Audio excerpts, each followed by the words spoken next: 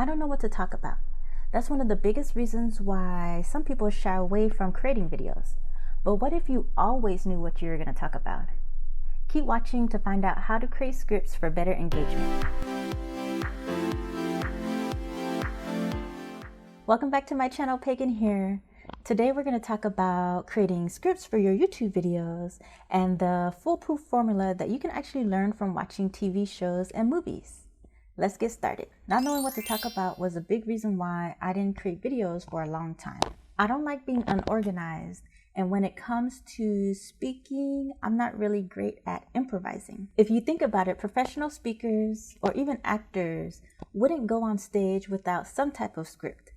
I mean, they wouldn't know what to say or do. Of course, if you're a veteran, then you're probably already used to being on stage and knowing what's going to happen when you hit the stage or after you hit the stage. Basically, you could probably predict what's going to happen from doing it for so long. But as a beginner, that's a whole other story. There's a lot that you're not used to, mainly speaking to the camera and being comfortable in the spotlight. That's why having a script is so important. If you have an outline of all the things you want to talk about, then even if you stray from the main topic, you'll be able to get back on track right away. At first, when I created my videos, I used to use an outline as my script. But I actually find that I'm a better writer than a speaker. So I actually started writing full scripts. Not only that, but I use my script as my blog post. So sometimes you'll see that the transcription and the blog post are a little different because there are times when I don't follow the full scripts because it's just easier to talk, or I already know what I'm talking about and use different words. Having a full script actually saves me a lot of time when I'm filming. So if you're a better writer than a speaker, or if you tend to freeze on camera and forget what you're going to say, then it's probably better for you to write out a full script. I know it might take you a long time to write out a full script compared to an outline, but it'll actually save you a lot of time when it comes to filming. So now I'm going to talk about branding and formatting. Having a script keeps your video on brand. In the video, I think it was how to build a brand on YouTube, I talk about how your systems and processes are actually part of your brand. Well, the way you format your videos, or I should say script your videos, is part of your brand. Keeping the same script format can let your audience know what to expect every time you have a new video.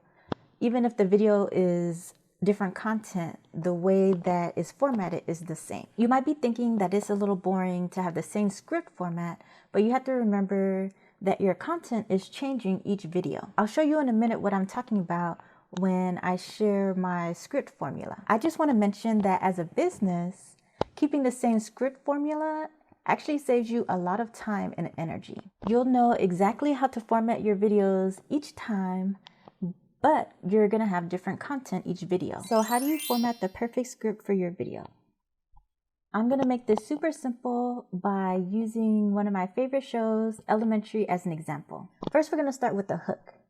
This is like the teaser for your video, or the hook that's gonna keep your audience watching your videos. You don't wanna start your video off boring by introducing yourself or rambling. Your viewer came with a purpose in mind when they clicked on your YouTube video. Let them know that they're in the right place. Every episode of Elementary starts off with a hook.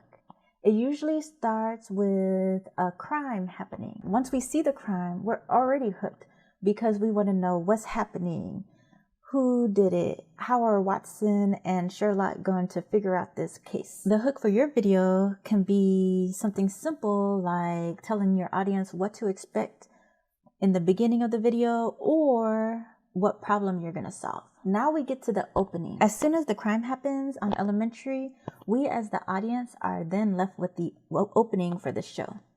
We're a little bit disappointed because we want to know what's happening. We want to know more, but we're not going to leave the show because we still want to know what's going to happen next. For your videos, you can also have a little opening song, but I would actually keep it really short, like 5 seconds or 10 seconds, because really nobody really cares about an opening. I mean, if you watch Netflix, that's why they have skip intro. I click it all the time. Even for elementary, if you're watching it on TV, well, it's not on the air anymore, but when it was on TV, you're going to sit through the opening. You already know the opening by heart. You see the same images, that ball rolling, the song happening, and then names appearing on the screen. But you don't want to do that for your YouTube videos. So after the opening and the commercials, we get into the main show. The main characters, Sherlock and Watson, are introduced, and maybe the chief or Marcus are also introduced in the beginning of the episode. Even if the characters aren't directly introduced at the beginning of the episode, even if it's your first time watching, you can kind of guess who the characters are. I mean, of course, they're going to say their name, but it's not like they're going to be like, "Hi, I'm Watson. Hi, I'm Sherlock."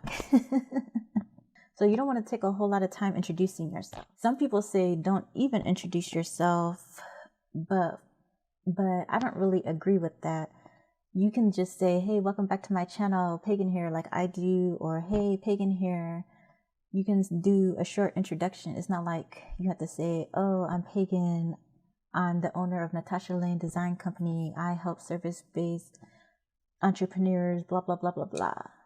You can just quickly say your name, especially if you have a hard name like I do. So some people might not know how to pronounce your name. So if you have a hard to pronounce name, then yeah, sometimes it's good to say, "Hey, Pagan here." But don't do a long introduction, especially for short YouTube videos, because no one cares. They only care about the content that they want to see. Then we get into the main content.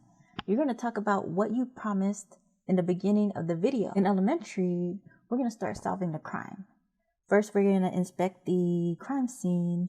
Then we're going to go into the victim's background. Then we're going to start investigating potential suspects. So you're going to follow the same format for your videos. You're going to go through the main points that you want to talk about. Make sure you go into detail, because this is what your audience is excited for. Before we end the show, we're going to have a call to action. In elementary, those calls to action are actually different. Their show is an hour long, well, less than an hour long. So they have 50 million calls to action within the show. There are 50 million commercials during elementary. So they have to fill up that hour time slot. But the reason why we watch those commercials is because we want to know what's happening in the show. We want to solve the crime. We want to know how it's solved. So we're interested in watching the show. So we keep watching the commercials. The commercials aren't the only calls to action within elementary. There's also the check out next week episode of elementary, and stay tuned until after elementary to watch whatever show is coming on after that. Just like elementary, you also want to have a call to action. Maybe you want to grow your subscriber list, so you ask your viewer to sign up for some opt-in, or to sign up for your newsletter to keep in touch. Or maybe you want them to check out your other social media channels. You can also ask them to subscribe to your video. So there can be a lot of calls to action that you can use for your YouTube channel. Just a tip, don't have 50 million calls to action. You're just going to overwhelm your viewer. I would probably stick to max 2 calls to action. One can be for your business, like, "Hey, sign up for this opt-in," and then they'll be in your email list. And the other one could be subscribing to your YouTube videos. Once you're done with your call to action, you can end the video. You can end it by summarizing the main points and then signing off. You can pull an elementary and have a sneak peek into the next video so that your viewers can subscribe to your channel so they can stay updated for the next video. I actually have a YouTube script template that you can use that follows this format for script writing. So if you want to grab your free copy, you can get it from the link in the description box down below. So remember, for your script, you want to hook your audience so they keep watching your video, have a short introduction so you don't bore your audience, then get straight into the main points because that's what your audience came for. Then you can give a call to action and then summarize your video at the end. Do you follow a script for your videos? Let me know in the comments down below. If this video was helpful for you, be sure to subscribe, share with your friends, and hit the like button so I know to make more videos like this. Until Until next time, bye.